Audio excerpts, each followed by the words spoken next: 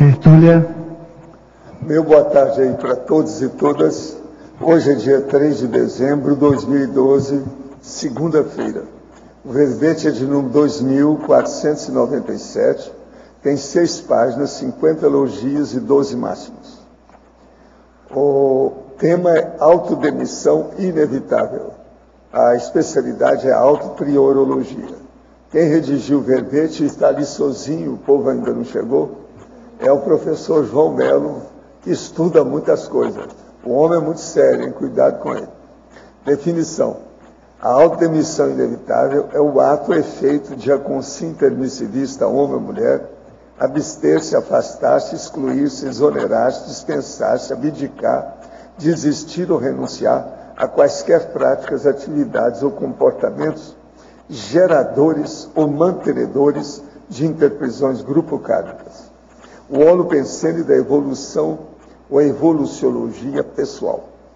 A autodemissão inevitável, as práticas evitáveis, a ida para o acostamento evolutivo, a procrastinação evolutiva, as amizades ociosas, a plateia intrafísica, a robex, a automimese evitável, o desconforto íntimo, o peso da consciência, a melancolia intrafísica, o conflito intraconsciencial, o sentimento de vergonha na cara, a necessidade de coerência pessoal, a identificação do ponto de vista, o corte da autocorrupção, os autoenfrentamentos iniciais.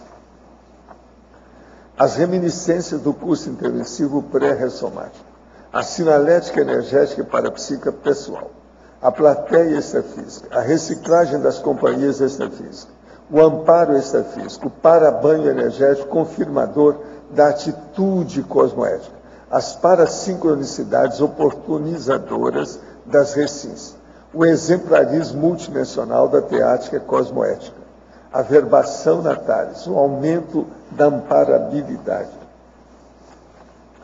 Na argumentologia tem o tópico da taxologia com 7 categorias de autodemissão inevitável, considerando o momento evolutivo, os aportes recebidos e os níveis de auto-organização e autopriorização da consciência intermissivista. No tópico da psicossomatologia, tem 13 comportamentos emocionais dispensáveis pelo intermissivista lúcido, homem ou mulher, autofocado nas superações dos trafares pessoais com vistas à consecução da proex pessoal. Vale a pena ver os detalhes disso aí. Na remissiologia, nós temos, dos 15 verbetes, nós destacamos 5. Deslanche existencial, evitação do autodesperdício, escala das prioridades evolutivas, princípio da prioridade compulsória e resolução prioritária. Frase enfática. Os autoposicionamentos cosmoéticos inequívocos observáveis na manifestação do intermissivista lúcido indicam as autodemissões inevitáveis efetuadas no processo evolutivo pessoal. Você ainda mantém comportamentos obsoletos, dispensáveis e antievolutivos nas manifestações pessoais? Já identificou os fatores intraconscienciais, anacrônicos, dificultadores das autodemissões inevitáveis à alavancagem do processo evolutivo? A bibliografia específica tem 3 fontes bibliográficas. Agora, a mega-análise aí com João Paulo são 20 itens. Coragem, coerência, opção, abdicação, superação. Desvinculação, renúncia, rompimento, realimentação, posicionamento e autoenfrentamento. Oportunidade, autocriticidade, compulsoriedade e reciclopensenidade. Decidologia, desapegologia, determinologia, autopriorologia e autodeliberaciologia. Agora, o verbete aqui hoje do dicionário é autorrefratariologia. Eu chamo a atenção para a pessoa ver com calma o enunciatum e também o argumentário. E depois ainda tem a conclusão. Todos eles têm listagem que seria bom a pessoa ponderar. Ao professor, no DAC Mega Fraternologia, página 4, poderia explicar a técnica autorrefratária do passo a passo, mas não entra.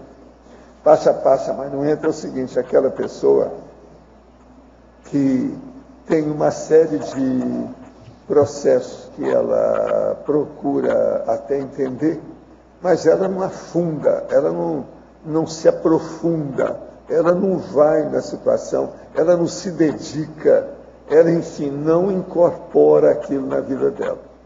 Então, essa pessoa é igual aquela cidade do interior, que tudo chega lá perto, mas nada entra dentro da comarca, dentro da cidade.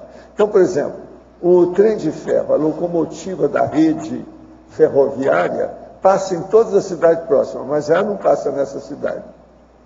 Assim também, por exemplo, os processos de rio, tem tudo quanto é rio, de água ótima por todo lado, mas nenhum passa lá perto da cidade mesmo, não tem nenhum lá perto. Então é chamada cidade do passa perto. Agora veja, existem as pessoas que é do passa perto. Ela já ouviu falar na Conscienciologia, mas não entende nada disso. Ela já viu falar na TENEPS, mas nunca quis fazer nada. E por aí vai, é aquela pessoa que eu passo perto, vê se me entende. Agora aqui, nós temos ainda na situação da complexificaciologia, página 6, poderia detalhar os itens acolhimento, binômio, acolhimento, refratariedade. E autoverbação, binômio, autoverbação, autorrefratariedade. O caso todo é o seguinte: a pessoa acolhe, ela faz aquele acolhimento da pessoa e ela, então, às vezes fica refratária ao processo. Ela acolhe, ela ajuda, mas aquele processo, vamos dizer, patológico da pessoa que ela ajudou, não ofende a ela, não pega nela, ela é refratária àquilo. Então, a autoverbação é o binômio, a autoverbação, a autorrefratariedade. Existe também essa outra condição da pessoa.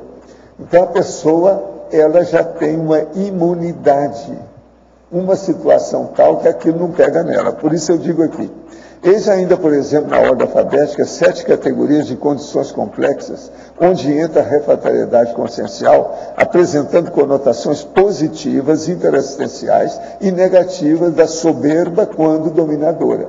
Então, por exemplo, se uma pessoa viu a outra e não atendeu, isso aí é patológico.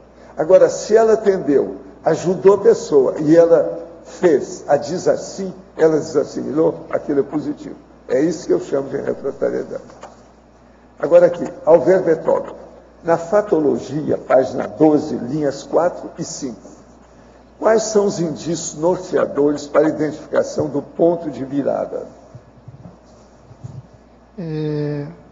Bom, eu vou falar do meu caso, né? As pessoas têm cada quais os seus, assim. No meu caso, a vivência de uma melancolia intrafísica, que eu não sabia localizar exatamente o que estava acontecendo, foi um indício de virada. Eu me lembro que eu trabalhava numa empresa estatal e saí de férias. E quando eu estava em férias, eu estava quase torcendo para que acontecesse qualquer coisa positiva para eu poder fazer uma virada, porque ali eu estava infeliz, eu estava triste, eu sabia que eu não estava fazendo assistência. Eu trabalhava num banco federal, e no meu caso foi uma das viradas, né? Houveram outras viradas, como por exemplo, na vinda para Foz, quando uma série de sincronicidades me apontaram que eu deveria estar vindo para Foz. Então a pessoa vai localizar nos seus acontecimentos, nas sincronicidades, nas suas vivências, esses indícios de virada, de que algo não está, de que é um momento, é uma oportunidade, né? Então pode ser algo positivo, onde a pessoa identifica uma oportunidade evolutiva, um momento de virada, como também pode ser, como foi no meu primeiro momento, do que eu falei há pouco tempo, quando eu estava vivendo uma melancolia, e aí veio uma oportunidade e eu não titubeei um segundo, né? Houve um programa de demissão incentivada, e eu fui o segundo no estado a pedir. Cheguei num dia de férias, no outro eu já tinha pedido a minha demissão. Isso foi muito positivo para o meu processo. Alver Bertoldo, na Fatologia, página 12, linhas 4 e 5. Quais são os indícios norteadores para identificação do ponto de virada? Isso aí é o que você acabou de falar. Agora, em seguida, Efeitologia, página 13. Poderia falar mais sobre o efeito cascata na reverberação das autorrecins? Que tudo é o processo de efeito. Um é o ponto de virada e o outro é a reverberação. Ele colocou em seguida. Quando a gente começa a se posicionar em relação àqueles traços que na autoinvestigação a gente identifica que necessitam ser modificados, que são antagônicos à própria ProEx, mas antagônicos também aos princípios pessoais, e nós nos posicionamos pela mudança dessas características. Outras coisas, digamos, aquilo ali era o tampão, outras coisas, outras sutilezas, outras nuances, outras recins, elas vão se apresentando para que a gente possa fazer a mudança. O processo não para. Assim, eu me lembro de uma oportunidade que eu estava voluntariando lá em Florianópolis, e gente, mas isso não para, a gente cavoca, e não para, e não para, e não para. Então tem esse efeito cascata, assim, de aprofundar. A cascata, ela cai também, né? Então a gente aprofunda, a gente mergulha mais e vai identificando cada vez mais características, mais traços, mais comportamentos que necessitam ser modificados para a manutenção da coerência, para a manutenção do bem-estar íntimo e para a consecução, né, para a busca da consecução da ProEx, da Maxi ProEx também no grupo, né? Agora, Tecnologia, página 13. Como reverter o quadro da maioria da população engolida pela pressa e ansiedade que não vivencia a técnica do passo a passo, parte a parte, sempre? Essa técnica do parte a passo, passo a passo sempre, foi uma orientação do EPICOM em um curso ECP2. Não foi para mim a orientação, mas me serviu muito bem. O exercício da ponderação, da paciência, da compreensão dos autolimites, da compreensão e aceitação do tempo de colheita dos nossos investimentos evolutivos ajuda nesse processo. Agora, com relação às massas, né, o que a gente pode fazer é atares que nós buscamos fazer na conscienciologia do processo evolutivo, né? Agora, a consciência é que vai, aplicar esse princípio na sua vivência pessoal, né? Não há uma intervenção massificadora que pegue de forma atacadista, generalizada, trazendo resultado imediato nesse sentido. Isso aí não é. O processo intraconsciencial e o nosso processo natares interassistencial é o nosso exemplo que vai facilitar nesse processo. Nós vamos fazer atares e a nossa atares exemplarista também nesse processo. A forma como eu compreendo. Na Parafatologia, página 13, terceira linha. Poderia comentar sobre as suas experiências pessoais com o parabanho energético confirmador da atitude cosmoética? A primeira coisa que eu acho que é importante dizer assim, não são apenas amparadores que promovem parabanhos energéticos, assediadores também, eu já tive isso.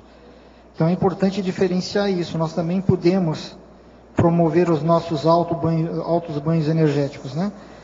Mas assim, seja numa aula de conscienciologia, seja na relação com a duplista, seja nas sincronicidades aonde a gente faz uma intervenção, seja no trabalho, no meu caso, no meu trabalho em psicologia, quando eu faço uma intervenção, e via de regra, né? Não é uma intervenção consoladora, muitas vezes eu tenho essa indicação, mesmo sem perceber o efeito imediato na pessoa, eu tenho essa indicação de que esse é o caminho, é esse o sentido, é essa a orientação, essa atitude naquele momento, essa palavra, essa TARES, ela foi assertiva. Então, a experiência do banho energético, ela tem essa característica de confirmação da sua linha de percepção, de raciocínio, de intervenção. Parafatologia, página 13. Poderia ampliar as reminiscências do curso intermissivo pré-ressomático? Ok. Eu não tenho retrocognição de curso intermissivo, mas eu tenho questões que eu atribuo, sim, à paragenética e ao curso intermissivo. Por exemplo, eu me lembro que aos 13 anos, conversando com amigos mais velhos, alguns casados e com filhos, eu falei assim, não, eu não pretendo me casar dessa forma convencional. Falei, eu não pretendo me casar e ter filhos. Filhos eu não quero ter. Eu posso até, né, viver junto com uma mulher, né, amar, né, me relacionar, mas não quero filhos e não quero esse casamento. E aí, naquele momento, vários desses amigos disseram assim, você está louco, você está dizendo porque tem 13 anos de idade, você não sabe o que está falando. E aí foi muito interessante, porque eu fui, de fato, viver junto com a mulher aos 42 anos. Não quer dizer que eu deixei de namorar, que eu deixei de ter a minha vivência sexual. Então isso, assim, de onde veio essa informação para mim? De onde veio essa clareza com relação a essa postura de não repetição, de não mesmexis? Isso para mim é uma reminiscência, para mim está muito claro isso, do curso intermissivo. Então vem da paragenética. Isso tem outras questões também relacionadas à projetabilidade, né? Por exemplo, a uma dedicação maior ao outro e não a mim. Não que eu não tenha meu egoísmo, eu tenho esse egocentrismo, tenho muito, mas essa questão da priorização, da empatia, de ver o sofrimento do outro. Mas olha, a vida te levou a ser papai de uma boneca daquela ali. Isso aí não é fácil. Pacote completo, né? A hora que foi, veio... Efeitologia, página 13, segunda linha. Gostaria que relatasse o efeito dos posicionamentos cosmoéticos a respeito das amizades ociosas. Essa no meu caso é muito importante, é muito sério, porque assim, eu posso afirmar sem... não há prazer nisso, é um reconhecimento, é uma constatação, que ao longo da minha vida eu meti os pés e os parapés nas jacas e para-jacas, né? E tive muitas companhias nisso, ainda tenho muitos amigos, mas assim, eu tive que fazer os posicionamentos para essas pessoas, que eu gosto muito, mas ok, elas escolhem um procedimento, um caminho, eu estou escolhendo outro, né? Então, assim, no momento, por exemplo, que eu parei de beber, né, os amigos me chamaram de louco. Não, você está louco, o que você está querendo? Isso aí vai durar uma semana, eu já vi esse filme. No momento que eu vim para Foz, não, por que você vai ir para Foz? Aqui você trabalha, você ganha bem, o que você vai fazer lá em Foz? No momento que eu pedi demissão desse banco estatal que eu trabalhava, também um monte de você está maluco? Até no momento que eu formei a minha dupla evolutiva, disseram para mim, você está maluco? Você vai pegar uma mulher com 2 filhos adolescentes, onde é que você está com a cabeça? Né? E aí eu, né, nesses momentos todos, eu me posicionei com muita firmeza. Se essas pessoas aproveitaram o exemplo, eu não sei. Né? Assim, mas pelo menos você deu uma bufetada. Algumas pessoas sim, porque quando eu parei de beber, eu comecei a perceber que algumas esposas de amigos começaram a tomar cerveja sem álcool. Já melhorou. Já melhorou. Então isso aí foi, né? Houve atares através do exemplo, né? Para esses grupos aí, para essas amizades ociosas, muito ociosas. Professor, de que maneira o intermissivista pode compreender suas possíveis interpretações grupo-kármicas? Olha, o processo é a pessoa ver quais os problemas que a pessoa tem com as outras pessoas e ver como é o nível, a qualificação da relação. Por aí a pessoa começa a examinar as reações que ela tem com os outros e ela vai ver se ela deve ou não com o grupo karma, o grupo evolutivo dela. Agora, o processo é ver o interrelacionamento, a convivialidade. É por aí que é a melhor situação. Eu agora entrego o professor João a vocês, está certo? Para os seus questionamentos, as suas conversas aí, vamos ver. João, aqui. Olá, Cristina. Muito bom, Verbete. Obrigado. Página 13, para patologia, você que coloca na penúltima linha, antepenúltima, as parasincronicidades oportunizadoras das RECIM. Certo. Parasincronicidades. Ok. No momento que eu fiz a minha retomada de ProEx lá em Florianópolis, no IPC, por exemplo, havia um distanciamento grande com a pessoa que me apresentou a conscienciologia. E em vários momentos eu tentei me reaproximar, né? Eu tentei, porque havia uma amizade muito forte também, tentei me reaproximar, tentei desfazer esse mal-estar. A pessoa brigou comigo, eu não briguei com ela, né? Então, assim, mas eu tentei trazê-la, na verdade. Como ela me proporcionou esse reencontro com o meu grupo evolutivo, eu procurei trazê-la de volta, porque a pessoa é do grupo evolutivo, mas, bom, a pessoa ela tinha os seus motivos. E aí começaram a ocorrer uma série, por exemplo, de projeções de reconciliação, né? Então, extrafisicamente, começou a haver uma reaproximação maior e uma busca maior, momentos juntos aonde esse mal-estar estava sendo dirimido. E culminou com isso, por exemplo, que no meu primeiro CIP, essa pessoa veio ser minha aluna, depois de 10 anos sem falar, né? E aí, assim, o encontro com pessoas que remetiam a essa pessoa, a gente começava a perceber as sincronicidades, o amparo. Para mim ficou muito claro que era importante eu fazer essa reconciliação, né? Em função até do gancho afetivo com isso. Ou então chegou um momento em que não, a coisa agora está. Né? A minha relação, eu não queria estar bem na foto, mas eu queria estar tranquilo de ter feito a minha parte. Então, assim, no momento que eu fiz a minha parte, bom, se a pessoa quiser tomar o rumo dela, as escolhas que ela fizer, ela tem todo o direito de fazer isso, né? Mas eu sei que eu fiz a minha parte e fiz o possível para ajudá-la. Então aí fala da parasincronicidade. Sim, aqui no último item você coloca o aumento de amparabilidade. Tem a ver com essa etapa? Ou não necessariamente? Tem a ver também, né? No momento que você se propõe a fazer interassistência, no momento que se propõe a assumir um voluntariado conscienciológico, no momento que você se propõe a melhorar o seu parapsiquismo, a fazer TENEPS, você começa a fazer um rapport maior, né, com o amparo de função nessas situações, né? Então, em parte, você aumenta também. Assim, quem quer ter maior contato com os amparadores, primeiro tem que fazer maior contato com os assistidos. E no momento que você faz isso, você também aumenta a sua percepção. Então, em parte, você aumenta, sim, a amparabilidade. Mas, em parte, você também percebe mais a amparabilidade. São duas coisas. Às vezes, a amparabilidade a gente não está percebendo.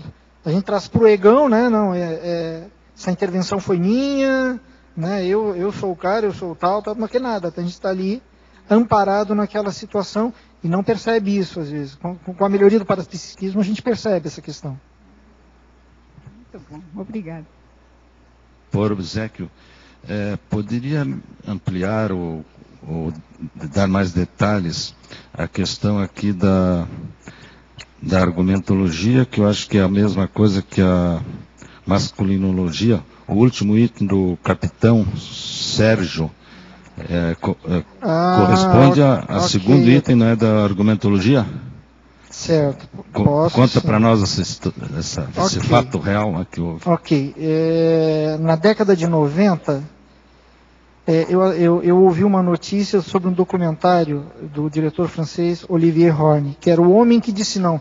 Só esse título me chamou muita atenção, do Homem que Disse Não, porque é uma grande dificuldade que foi, e ainda em alguns momentos se apresenta a mim, é de dizer não, quando isso é o correto a ser feito. Fica muito na consolação, não diz, não quer a negatividade do outro, né, queria continuar fazendo média, ainda aquilo ali me chamou muito a atenção. E aí eu fui buscar informação sobre essa pessoa, né, sobre o Sérgio. Eu não cheguei a ver esse documentário, né, eu fui buscar informação sobre ele. Então o Sérgio Macaco, ele era o capitão comandante do Parazar. O Parazar era o grupo de resgate.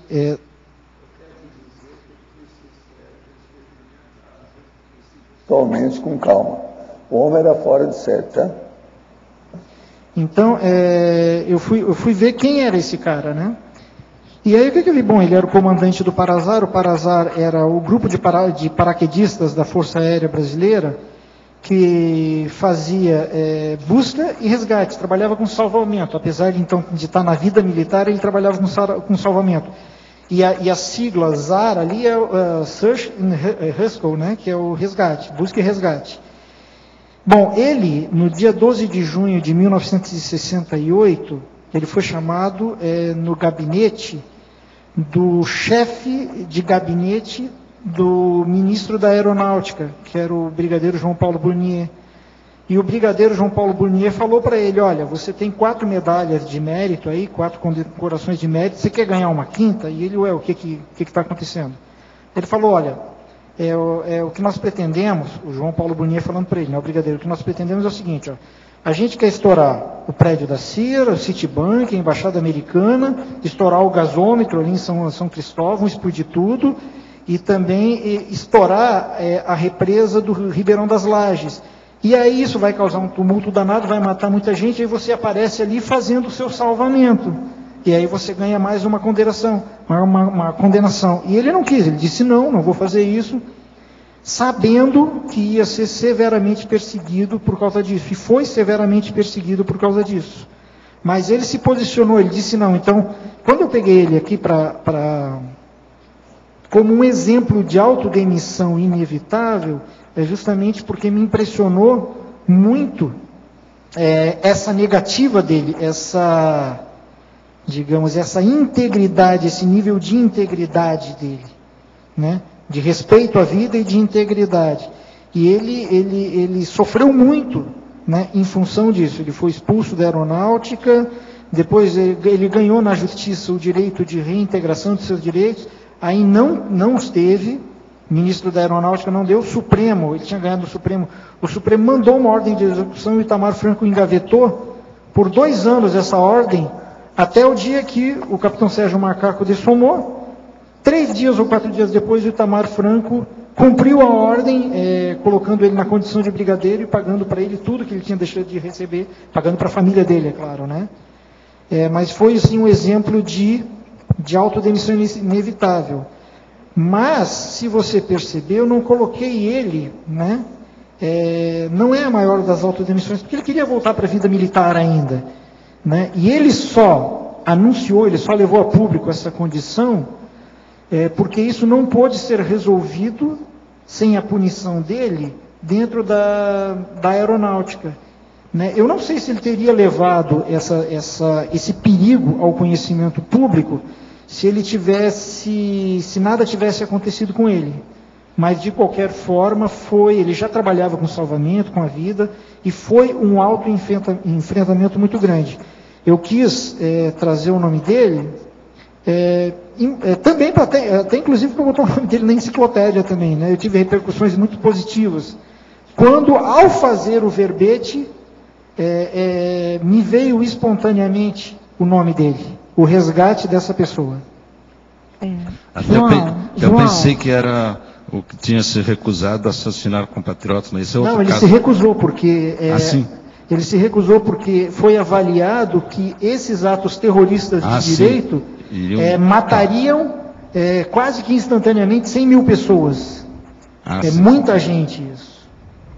Outra João. coisa, eu queria aproveitar então o embalo aí, e na argumentologia, na taxologia, o terceiro item, essa oportunidade de reviravolta, etc.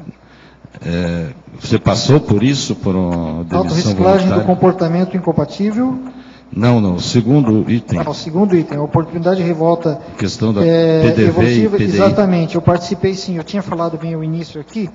O que aconteceu? Em 1995, eu trabalhava no Banco do Brasil. Eu já trabalhava lá há 14 anos, tendo 30 anos de idade. Então, assim, a parte mais produtiva da minha vida, a metade mais produtiva, eu estava lá. Havia um grande vínculo afetivo. Mas eu saí de férias em junho, e quando eu saí de férias, quando eu saí, não vou dizer que estivesse tudo bem, mas eu estava com a programação de voltar no início de agosto, né, então saí ao final de junho, e eu no primeiro dia que eu saí, eu falei, eu não volto mais, eu não quero voltar mais, e aquilo ficou, e eu sentia que eu estava perdendo a minha vida de alguma forma ali dentro, e entrei sim, muito rapidamente numa melancolia intrafísica. Quando eu voltei em julho, eu já voltei pensando financeiramente como é que eu ia fazer para pedir demissão, e nisso ocorreu, e não estava previsto, um plano de demissão voluntária. E aí eu pensei, bom, se eles me oferecerem X, eu não perco nem tempo para pedir demissão. E eles me ofereceram 2X. Aí a coisa foi... Então isso facilitou o meu processo. E não se arrependeu, então? Hã? Não se arrependeu, porque tem muita gente que depois queria voltar atrás, queria retornar ao serviço e se arrependeu. Não, me arrependi nem um pouco, não. Tá bom. Eu até pude fazer isso novamente, sair de uma condição que não era favorável, no momento que eu vim de Florianópolis para Foz do Iguaçu. Porque como psicólogo lá eu ganhava pelo menos 4 vezes o que eu ganho aqui. Então foi outro momento onde eu abri mão do ganho financeiro para poder retomar o curso da minha ProEx. Então nas duas situações foi até muito tranquila a decisão. João, ainda voltando ao Sérgio Macaco, pode ser? Pode Você ser. disse que a família toda recebeu, ele teve a carreira dele encaminhada até brigadeiro, que é o máximo, né? E mesmo assim você considera ele como um demissor? Mesmo que a família tenha recebido tudo, inclusive se é brigadeiro, ele chegou ao final da carreira. Não, ele foi muito perseguido. Não, E assim, eu vamos sei. esquecer. Assim, Eu sou da aeronáutica, lembra? não vamos esquecer assim. Inicialmente, numa avaliação inicial, ele deixou de cumprir uma ordem que eliminaria com a vida de mais de 100 mil pessoas. Né? Sabendo que teria toda a perseguição, tudo dentro daquele grupo militar. Então não dá para desqualificar ou desmerecer, né, o mérito do capitão Sérgio Macaco. Não dá para fazer isso, porque a família dele recebeu. Não, ele tentou ser reintegrado e voltar a fazer o trabalho que ele fazia de busca e salvamento. Não conseguiu e continuou a ser perseguido. Né? Então não dá para desmerecer isso. Né? Okay. Naquele momento de 1968, no auge, né, da ditadura militar ali, no ano do AI-5 que você viveu. Que eu vivi. Exatamente. Então, dezembro de 68. Então não dá para desmerecer a retidão de caráter dele ao dizer não para essa situação. Beleza. Obrigada, hein? Obrigado a você, pai. Professor, meu pai, Rafael Aquati Riva, dessomou em 2002 com 82 anos, aproximadamente, dizendo que levaria com ele, quando morresse, pelo menos mais 6 pessoas. Ele era bipolar. Minha filha, Luana de Franco, 26 anos, também possui essa patologia. Até que ponto meu pai tem influência sobre minha filha, sendo que em vida ele foi alucinado por ela. Além de esterilizar energias para ela, o que mais podemos fazer sabendo que ela está andando com um traficante? Por favor, nos ajude. Eu e meu marido estamos desesperados. Poderia explicar melhor o que acontece? Olha, a TENEPS, eu vou colocar o nome. Agora, o problema é o seguinte. Se ela está andando com um traficante, vocês têm que tomar atitude aí como psiquiatra, advogado, polícia e etc. O negócio é sério. Agora, Álvaro Vertógio, gostaria que abordasse na Fatologia, página 12, terceira linha, o peso da consciência. Ah, quando a gente pisa na bola, a gente sabe, né? Quando a gente se corrompe, a gente sabe. E conforme essa prática ela vai contra os seus princípios, bom, sempre vai trazer peso na consciência, mas tem práticas que vão muito contra aos seus princípios, né? E princípios ainda do curso intermissivo, o sofrimento é inevitável. Esse peso na consciência, a dor moral, a ressaca moral de tudo isso é inevitável. Isso, hoje de manhã na minha tertúlia, o professor Valdo até citou de na assistência gerar autoculpa, que às vezes é isso que vai produzir a mudança, um momento de mudança na consciência, né? Então isso a bússola consciencial, ela aponta quando você está fora da rota, quando aquele comportamento já não é mais compatível com o que você pretende. Na parafatologia, página 3, primeira e segunda linhas, comentar as reminiscências do curso intermissivo pré-ressomático. Eu falei disso há pouco tempo, né? De algumas projeções que eu tive que tem a ver. Aliás, dessas eu não falei de outras, mas que tem a ver porque, assim, eu desde muito cedo eu me projetava e não sabia que era projeção. Eu me lembro de 6 anos de idade de ter projeção e eu não sabia o que era isso, né?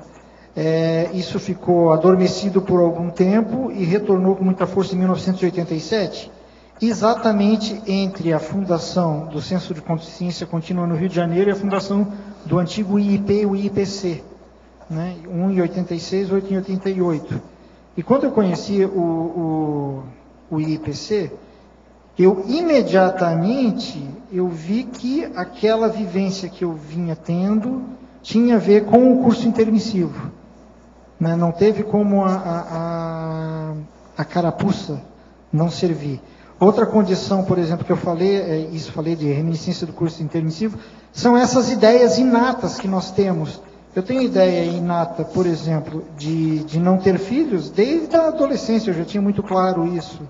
Eu, quando era criança, e infelizmente me perdi no caminho, eu pensava em ser médico.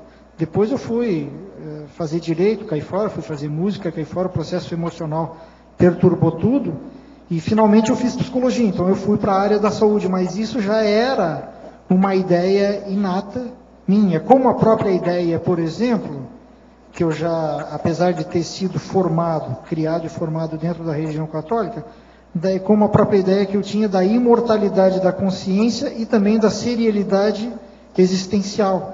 Então isso são reminiscências do curso intermissivo. Se você tem isso muito claro, se você, num primeiro momento que você faz contato com isso lhe parece muito lógico, muito claro, você não tem questionamento, você não tem um peso moral a respeito disso, né? Isso, para mim, eu entendo isso como sendo reminiscência, assim, de curso intermissivo, são informações da sua paragenética, da sua paraprocedência. Na crescendologia, página 14, terceira linha, explicar o crescendo da autoconfiança na capacidade de autorrealização. Bom. No momento, por exemplo, eu falei há pouco tempo, no momento que eu pedi demissão lá do Banco do Brasil, e aí comecei a trabalhar com psicologia no consultório. Eu ainda tinha algumas inseguranças, e admito que ainda tenho algumas, com relação à minha manutenção. Mas chega um momento que você vai fazendo e vai tendo sucesso nos seus investimentos, nas suas escolhas, que você vai confiando, não tem como não confiar também mais nessa sua bússola. Você vai perdendo o medo, vai ficando mais seguro. Então, há um crescendo na sua autoconfiança, né? Você vai, à medida que você dá um passo, você pode ver que dá 2 passos. Se não der o primeiro passo, não vai dar o segundo. Se não sair da caverna, não vai ver que tem o mundo para conhecer. Então, por exemplo, quando eu vim aqui para Foz do Iguaçu, eu trago isso porque isso participou, essa minha vinda para cá participou muito na construção desse verbete. quando eu vim para Foz do Iguaçu, eu não tinha medo, embora eu não tivesse meu pé de meia, eu não tinha medo com relação à minha autossustentabilidade. Por quê? Porque essa minha autoconfiança, ela se desenvolveu ao longo da minha prática profissional. Então eu sabia, não, eu vou com alguma economia, né, para, se necessário, me manter por alguns anos, né, mas eu vou ter sucesso profissional também lá em Foz do Iguaçu. Então isso é um exercício, né, da confiança. É confiar no taco, mas para a gente confiar no taco, a gente tem que ter motivo para isso. E o motivo para a confiança são as experiências anteriores, são os sucessos anteriores. Ao verbetógrafo, ultimamente ando viciado em ver episódios de desenho animado infantil, além de alguns jogos. Isso se encaixa em síndrome do infantilismo? Parei de usar coisas de bebê em tamanho adulto e queria saber até onde poderia me reciclar nesse ponto. Eu acho que a primeira coisa é saber a idade da pessoa, né? Aqui não está falando a idade. A pessoa tem 15, tem 50, tem 7, tem 8 anos, né? Ele deve ser agora, se adolescente. Ele mesmo está identificando aí que isso é anacrônico, né? Tem que ver por que ele quer ficar nessa fantasia. Porque, assim, desenho de criança, filminho de vampiro, tudo isso é uma fantasia boba, né? É uma fantasia boba que, infelizmente, é uma indústria de dinheiro que enriquece cada vez mais à custa e os games da ausência de autocriticidade das pessoas, né? Os games e tudo mais. Agora aqui para você. Aqui quem escreve é seu amigo Geraldo de Florianópolis. Fico feliz em saber que você está apresentando hoje seu verbete, justamente no dia que terminei de escrever o meu. É o Geraldo José. Geraldo Ilesheim. Ele está escrevendo o verbete sobre Espero que esse seja o primeiro de muitos que você ainda vai escrever. Parabéns. Poderia ampliar um pouco na fatologia, penúltima linha, o reencontro com o grupo evolutivo, já que considero você um agente retrocognitor fundamental para estar onde estou aqui na Conscienciologia. Obrigado, Geraldo. Geraldo é um grande amigo e, assim, eu entendo bem o que ele está dizendo, porque, assim, eu vou fazer uma confissão pública. O Geraldo, ele foi meu paciente no consultório. Ele foi meu paciente no consultório e, ao longo de um bom tempo ali no consultório, a questão dele em relação a curso intermissivo, isso foi ficando muito claro. Eu nunca trouxe isso para ele, mas um dia ele me deu um checkmate, né? Um dia eu falando para ele, olha, ele assim, o que você faz aí, né? O que você faz aí para ajudar, para tudo mais?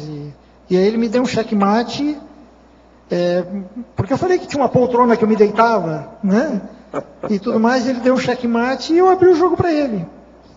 Eu abri o jogo, tomei uns banhos de energia, primeiro senti o campo, ver o que está ali, eu vou trazer a questão da conscienciologia para o consultório. Não é lugar para isso.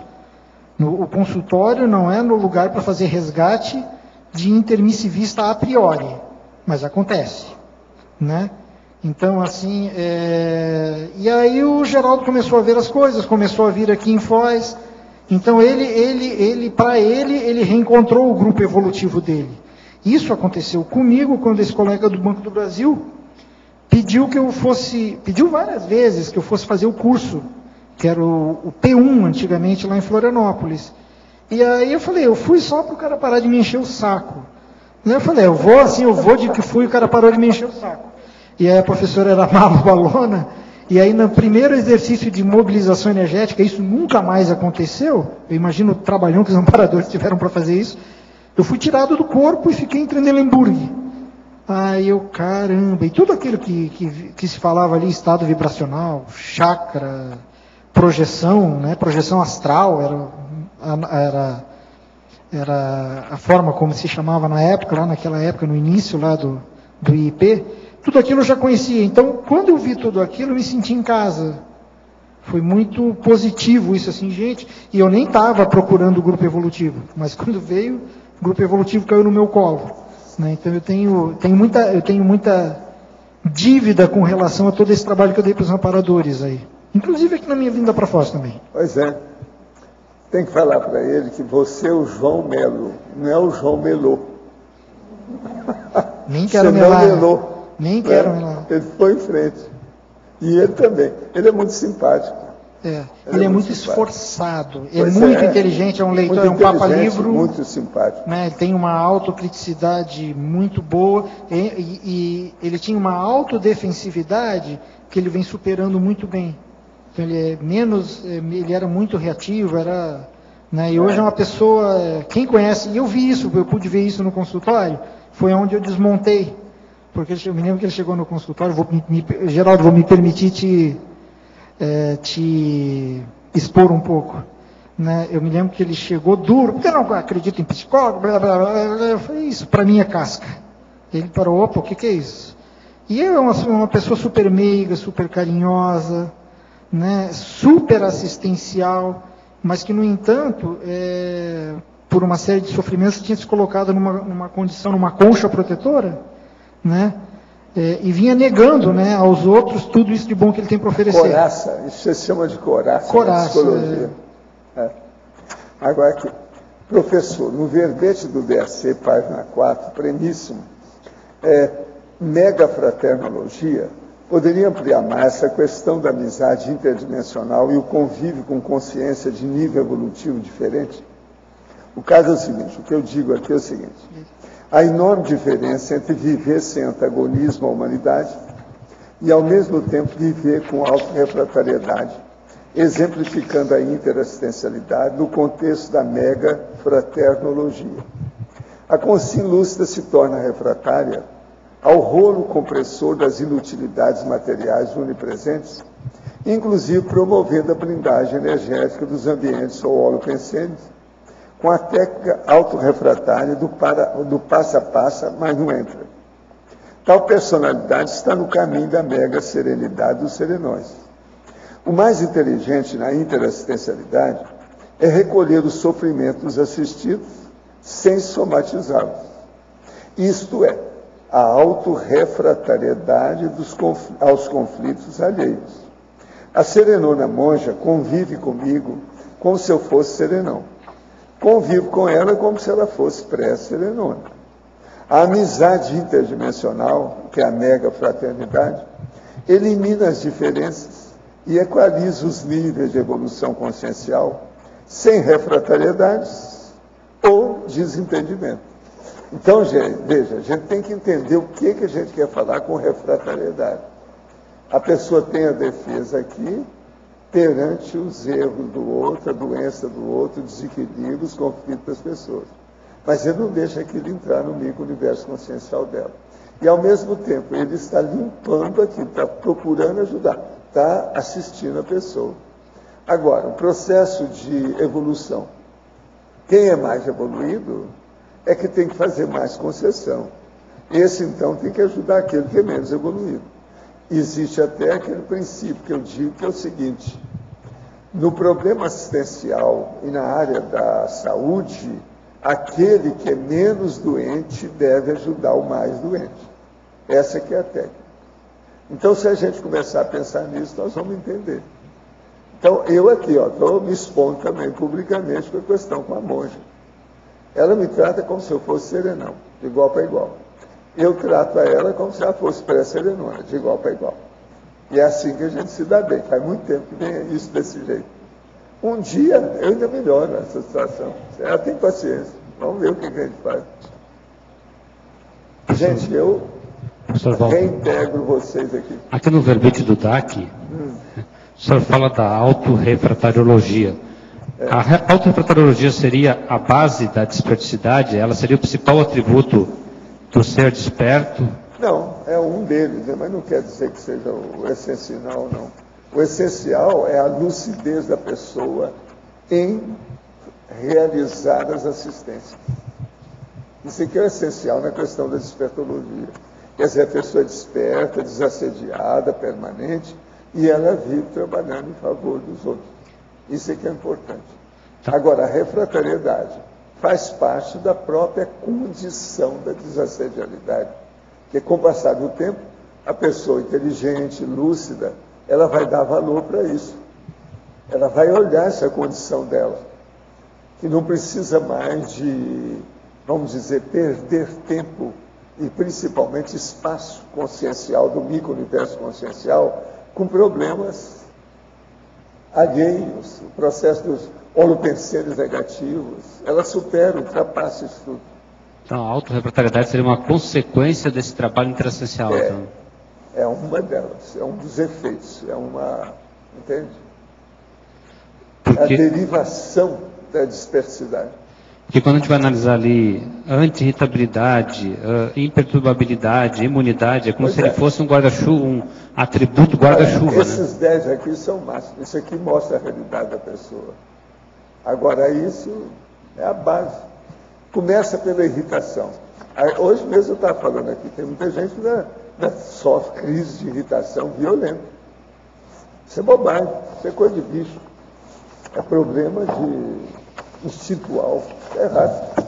A pessoa tem que deixar disso. Negócio de irritação não tem motivo. Se ela tem lucidez, sabe o que quer, está cuidando da vida dela, vai ficar irritada por quê?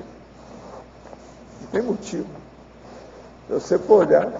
Agora veja, há pessoas que além da irritação, que a irritação abre a porta da depressão.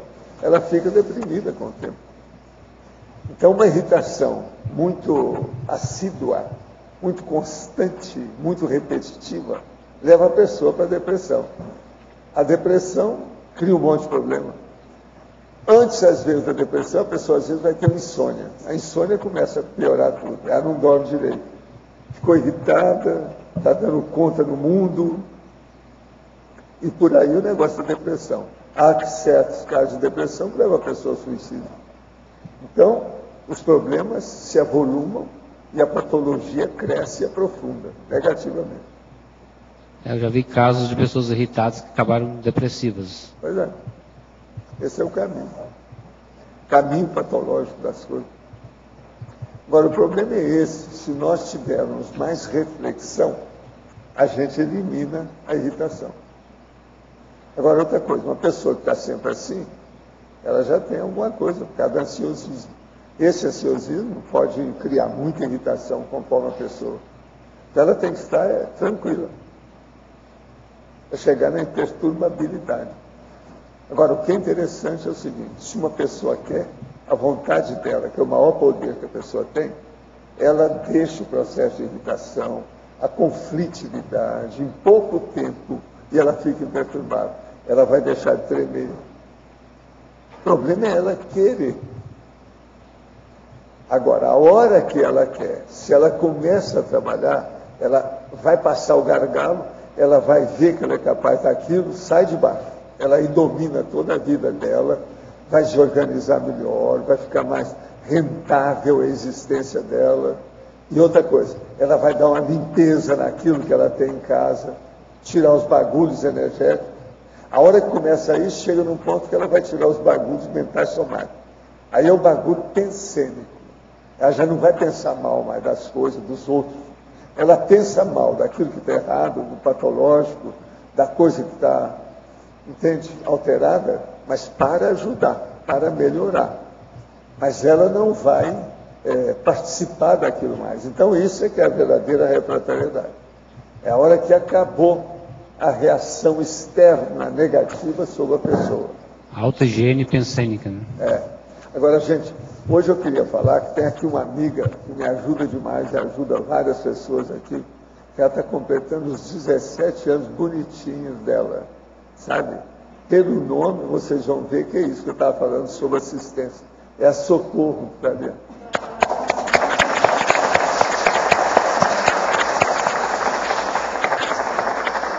Professor, no verbete do BAC, página 5, em argumentariologia, poderia comentar o item 10, autorrefratariedade intelectiva.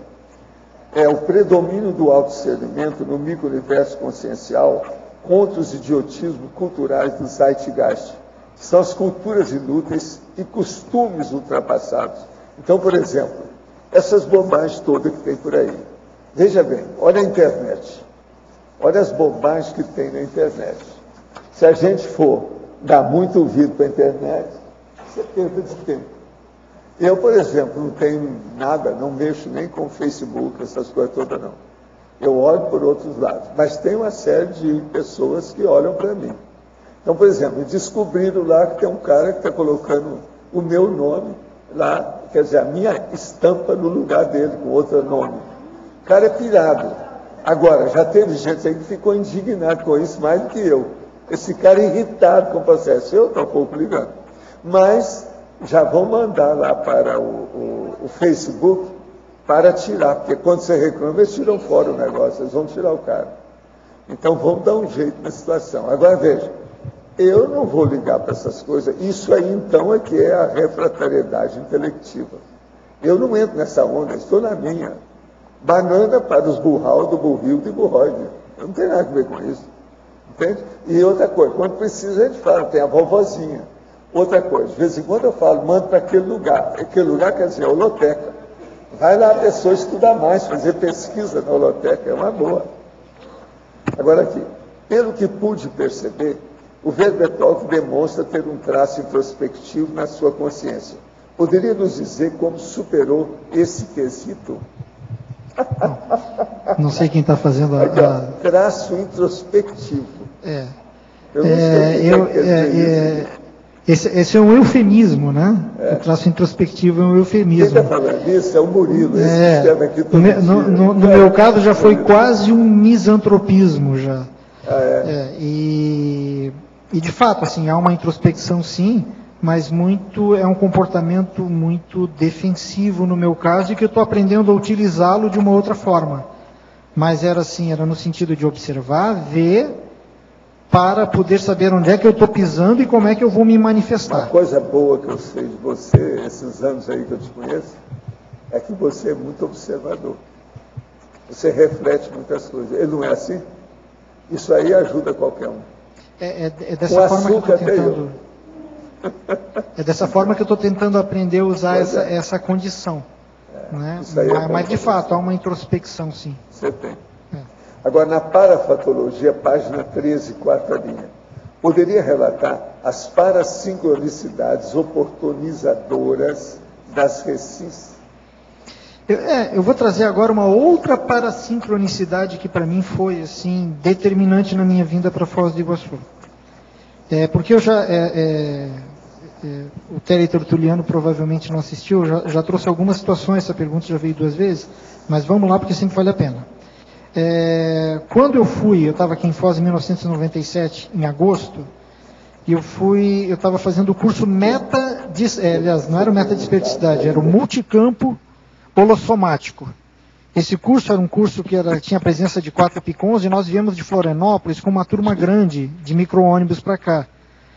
No último dia desse curso, foi anunciado o curso meta-desperticidade. No momento do anúncio, eu tomei vários banhos de energia, eu não sabia o que era. Eu falei, eu vou lá fazer esse curso. E me inscrevi.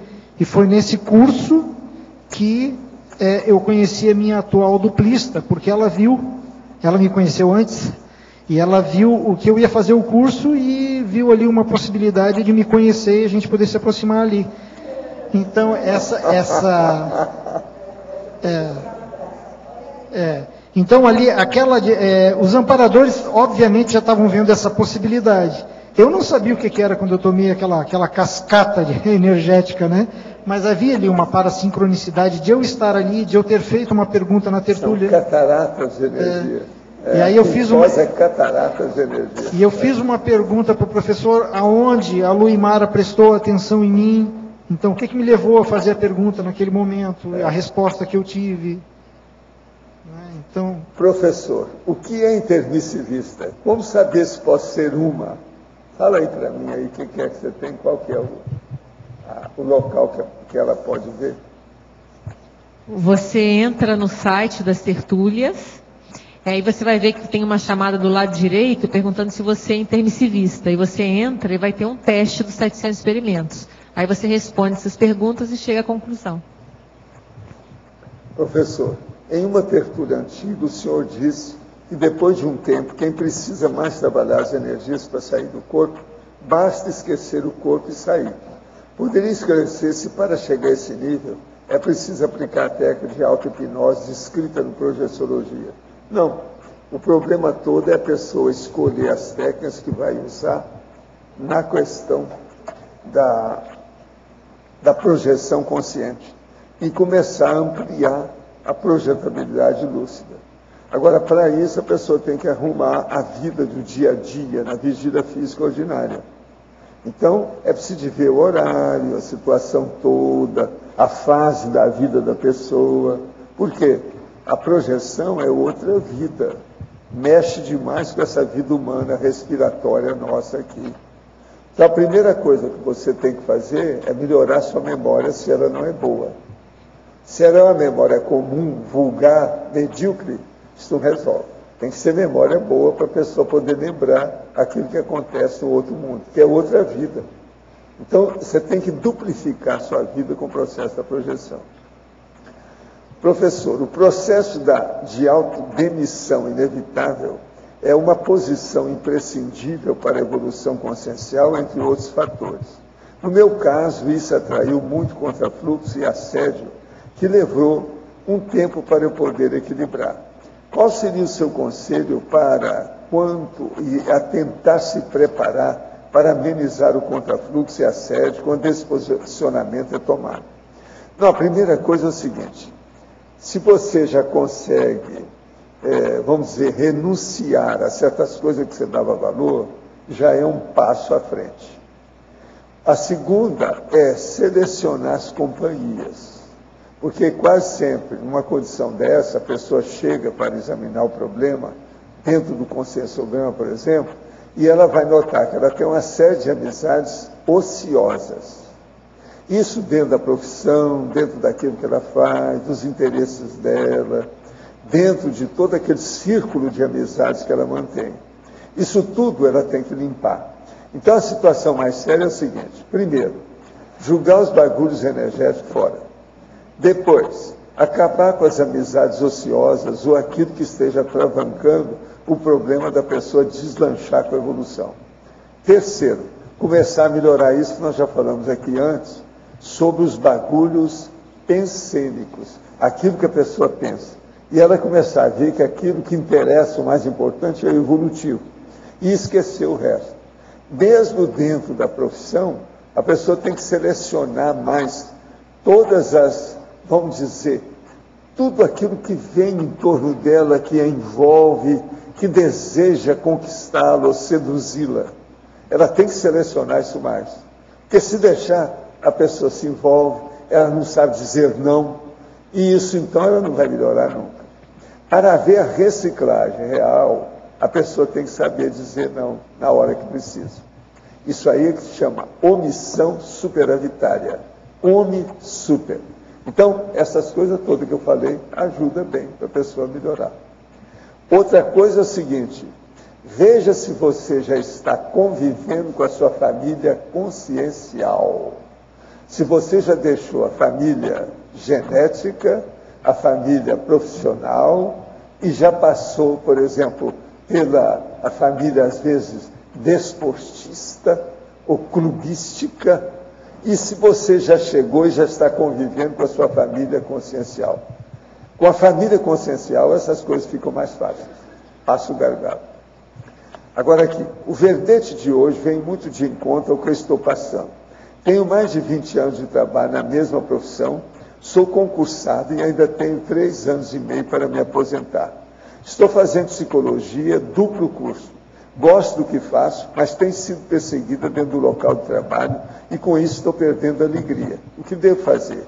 Deixar tudo com tão pouco tempo para me aposentar? Onde arranjar coragem para sair? E se não der certo? O que o Verbetorg diz a respeito? É com você. A primeira coisa, né? Na dúvida, abstenha-se. Isso sempre. O que você tem que fazer? Você tem que se planejar, você tem que se programar, você tem que ver como é que você vai poder manter a sua sustentabilidade. Por exemplo, você tem dependentes econômicos. Se você tiver dependentes econômicos, não tem como você simplesmente pedir demissão, desconsiderando a necessidade desses dependentes. Então, para isso é necessário haver um planejamento organizado, pensado, sem emocionalismo, sem desespero. Me parece que você está numa condição saturada, né? Não sei se desesperada, mas saturada com certeza. Mas assim, não permitir que essa saturação promova uma cegueira emocional em você, que você vai fazer algo que você não possa bancar depois. Né? Então, planeje, organize-se, faça os cálculos, veja a relação custo-benefício, veja, por exemplo, se o seu trabalho ele é assistencial ou se o seu trabalho ele gera interprisão. Né? Porque muitas vezes é um trabalho, por exemplo, se você é um professor de uma universidade, você está lecionando, você está educando, você está ajudando, né? Talvez falte qualificar um pouco mais o seu trabalho, você vai ver isso. Mas assim, faça de uma forma planejada, pensada, organizada, considerando a necessidade dos dependentes, se houverem. Reavalie o seu trabalho, veja uma outra possibilidade dentro do seu trabalho, que não seja com o mesmo grupo. Tudo isso você vai ter que avaliar, mas é ponderação, racionalidade, discernimento, lucidez, né? E assim, sempre, parafraseando o professor Valdo Vieira, sempre o mental soma à frente do psicossoma, preponderando. Queria aprofundar mais sua pesquisa sobre o capitão da Força Aérea Brasileira, o Sérgio Ribeiro Miranda de Carvalho? Olha, eu não fiz uma grande pesquisa. Eu fui buscar informações. Na internet você vai encontrar algumas entrevistas com ele de mais de 20 anos atrás, né? Eu busquei muitas informações nesse livro aqui, que é A Ditadura Envergonhada, do Hélio Gaspari, As Ilusões Armadas, é o subtítulo, né? A Ditadura Envergonhada. Ali traz, na verdade, fala desse momento histórico do Brasil, certo? E traz muitas informações sobre essa vivência do capitão Sérgio Macaco. Agora, para aprofundar na biografia dele, aí teria que fazer outras pesquisas, né? Eu busquei a biografia dele em função desse posicionamento que ele teve. Então foi aqui que eu busquei o exemplo dele para poder colocar no verbete. Ele era fora de série, é o que eu falei. Eu estive com ele, ele esteve na minha casa, tudo. Nós tivemos jantar junto, essa coisa toda. O homem era fora de série e era bem assistido. A coisa mais séria que eu falo é isso. Hoje ele está muito bem, tá? Quero falar para vocês que eu conheço o cara fora do corpo também, tá bom? Alver Betógrafo, na Sinergismologia, página 3, terceira linha, por favor, comente o sinergismo evolutivo Recim-Ressex. Bom, as reciclagens íntimas, que também nós podemos chamar de, no caso aqui do verbete de autodemissão inevitável, quando você muda um comportamento, quando você abandona essa forma de funcionamento, ela é específica e você pode ter várias, mas isso vai potencializar a sua reciclagem existencial. A reciclagem existencial ela é mais ampla, é a reciclagem da sua vida, é a reciclagem interassistencial, aumentando a sua interassistencialidade, é a sua reciclagem buscando, se você é intermissivista, buscando a realização da sua ProEx, da sua participação na Max ProEx, mas isso vai exigir uma série de mudanças, de opções, de escolhas, de abandonos interassistenciais, então, e que vão potencializar, quanto mais você fizer, é diretamente proporcional, quanto mais você fizer a tarefa de casa, as suas reciclagens, as suas recins, né, suas reciclagens íntimas, melhor você vai se encaminhar para a sua ressex. Quais foram suas principais recins e ressex nessa existência? É o mesmo que você perguntando. Eu acho que poder formar uma dupla evolutiva é uma grande recim, no meu caso, é uma grande recim. Deixar de beber e largar a boemia foi uma grande recim. Largar, no meu caso, o serviço público para investir na psicologia e trabalhar cuidando de gente foi uma grande recim. Eu diria que até uma ressex, já foi uma ressex isso. Então, acho que essas foram as principais. Vir para Foz do Iguaçu foi importante. Eu sei que para muitos não é por aí. E também a posição de pai. Pois é, né? Esse é um aprendizado diário, né? Porque eu já peguei crescido, já peguei muito bem encaminhados. Mas uma turma muito inteligente, né? Você arranjou um casal muito inteligente e filhos. Né? Então foi tudo muito positivo. Professor, manter a irritação seria uma das grandes e mais abomináveis teimosias? Aí eu pergunto, o que vocês acham? É lógico que é, né? Você não acha? Irritação e teimosia. Professor, se todos os advogados fossem cosmoéticos, quem defenderia um criminoso, perigoso, confesso? Como seria essa defesa? Olha, aí é usar o para-direito. A pessoa tem solução para tudo através do para-direito. Eu, por exemplo, se fosse advogado, se ninguém quisesse defender o criminoso, eu ia entrar nessa. Então, se for no Texas, aí é que eu quero entrar mesmo para valer. Porque senão mata todo mundo. Então, eu ia dar um jeito do cara sobreviver. Tudo isso é defesa de criminoso. A gente tem que defender o criminoso porque você pode, pelo menos, abater a pena sobre ele, não é isso? Já é uma coisa. Pois é, uma pena mais adequada. Tudo isso é possível, é coisa séria. Então, defender criminoso, seja espontaneamente, ou seja imposto pelo próprio processo da justiça, é uma coisa correta. Todo mundo tem direito à defesa. De modo que não é bem assim, não fica com essa ilusão da situação que vai criar problema, não. Quanto mais cosmoético, melhor para todo mundo. Né? Ele aqui está só falando se os advogados fossem cosmoéticos. Isso é que é o ideal. Né? Vamos entrar nessa. O conceito de cosmoética ampliada. Né? Pois é o universalismo. O para-direito, a paradireitologia. Ele ainda não pensou nisso. João, aqui no paradoxologia, na página 14, você poderia comentar, ampliando o último paradoxo, o paradoxo da opção pela zona de conforto intrafísica poder acarretar extremo desconforto extrafísico? Se você não quiser fazer as suas recins, as suas autodemissões, não quiser abandonar as amizades ociosas, ficar nessa zona de conforto, né? Ficar no hedonismo, são escolhas, você tem direito de fazer isso, mas certamente tem as suas consequências. Né? Se você é um intermissivista, se você veio com uma programação, se você investiu nisso, e você jogou tudo isso por água abaixo, por essa situação de conforto intrafísico, de fazer média, de estar bem aceito por todo mundo, de não querer abrir mão dos prazeres hedonistas, né? Uhum.